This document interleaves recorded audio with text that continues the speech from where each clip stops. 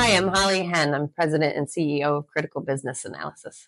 Hello, I'm Chris Stevie. I'm project manager from Rudolph Libbe. We're going to talk about project controls and what that means in the project management construction industry. There's a definition for it, and then there's like a cultural definition, I think, or what some people think it means can be wildly different than what other people think it means. And you were always very good at managing the entire project controls process. So I would like for you to answer what your definition of project controls is. Project controls is the tools, the techniques, systems, and processes, and how you manage a project. So, for example, scheduling is an important one, the cost controlling, the quality controlling, your quality control plan, different tools it takes to understand how the project is complete is a basic definition of project controls. My experiential definition of project controls that I've seen in the different companies that I've worked for, construction companies specifically, will call project controls the accounting department. And they'll be titled project controls, and they're not. It's the accounting department. That's a piece of it. It's a piece. Doesn't encompass the total meaning of project controls. Right. So project controls is pieces of different departments, different people, different educational backgrounds, different focuses that they may have. Yep. And a project manager, I think, not only manages the project controls side of a project, but they're managing the people side of the project when it comes to office field owners. Mm-hmm. And the software that's out there that can help in the project controls, project management is also something a project manager has to have a great understanding of. They need to know how to use it. They need to know what it can do for them. They need to understand the reports that can be pulled from. Because everybody's moving with their hair on fire, nobody out there is doing a good job of providing the time space to learn and the time space to be taught on how to use the tools that are available to project managers and even the people who are titled project controls people. Mm-hmm. You know, the accountants and the financial people that are there to help manage a project and keep it on track or keep it within the bounds. They often struggle with the software that's in the marketplace and how to use it. Mm-hmm. And I think, especially as AI grows and how it's going to change, who's doing what, project controls to me, though, is always going to be the same thing as what you just described. Tools, techniques, systems, and processes. Yeah, that's the true definition of project controls. But it's nested under the project manager. Correct.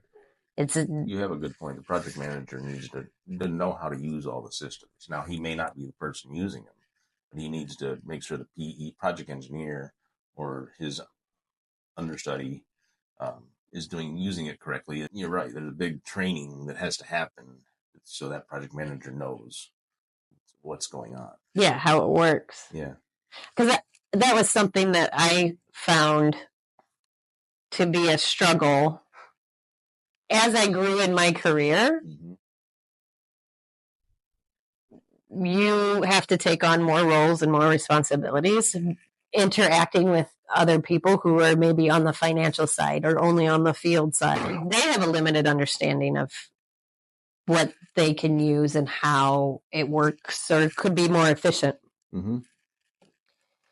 And definitely seeing that in some of the companies I've worked for that went through a major implementation to a different project management software system, or maybe they just upgraded their scheduling software system to something different. You know, there's a lot of shifting and education and learning that needs time and attention that people just don't give to their workers, that could make their lives a heck of a lot easier and more efficient if they had the time and space to learn how to use all the tools and the functionalities and how does it work. Project controls manager is responsible for developing the tools, techniques, and systems for the company to monitor the controls. The project manager is responsible for understanding, utilizing, and delegating the tools, techniques, and processes to his team. Project engineer and co-op will be delegated tasks of the tools, techniques, and processes. You'll have an accounting department that might help in developing costs. You might have a quality control program, quality control manager who helps a project manager.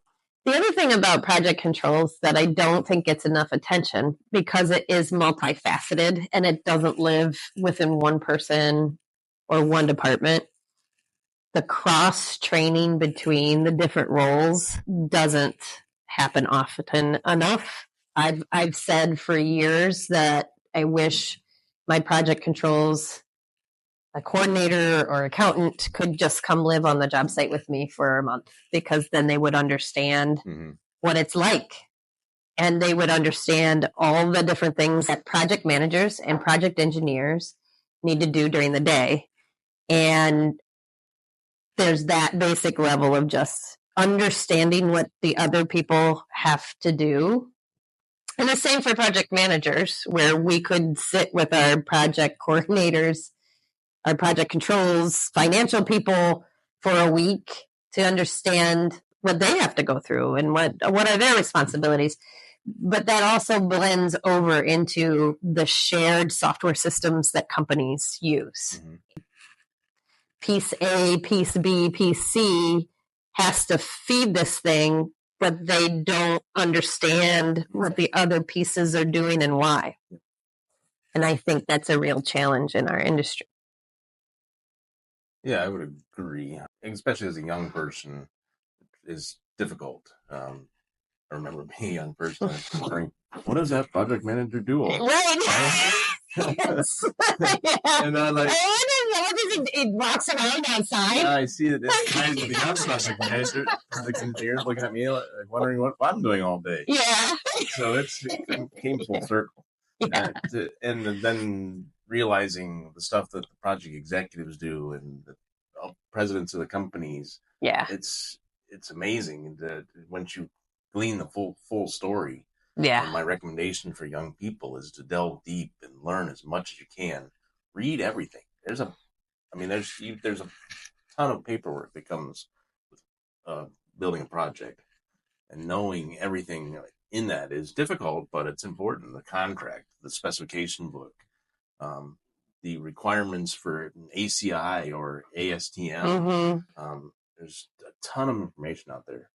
I remember being a young project engineer, once you started talking about reading everything, and sitting down and reading through the specifications and making myself an outline so that I didn't have to reference back to the 20 and 30 pages of that spec.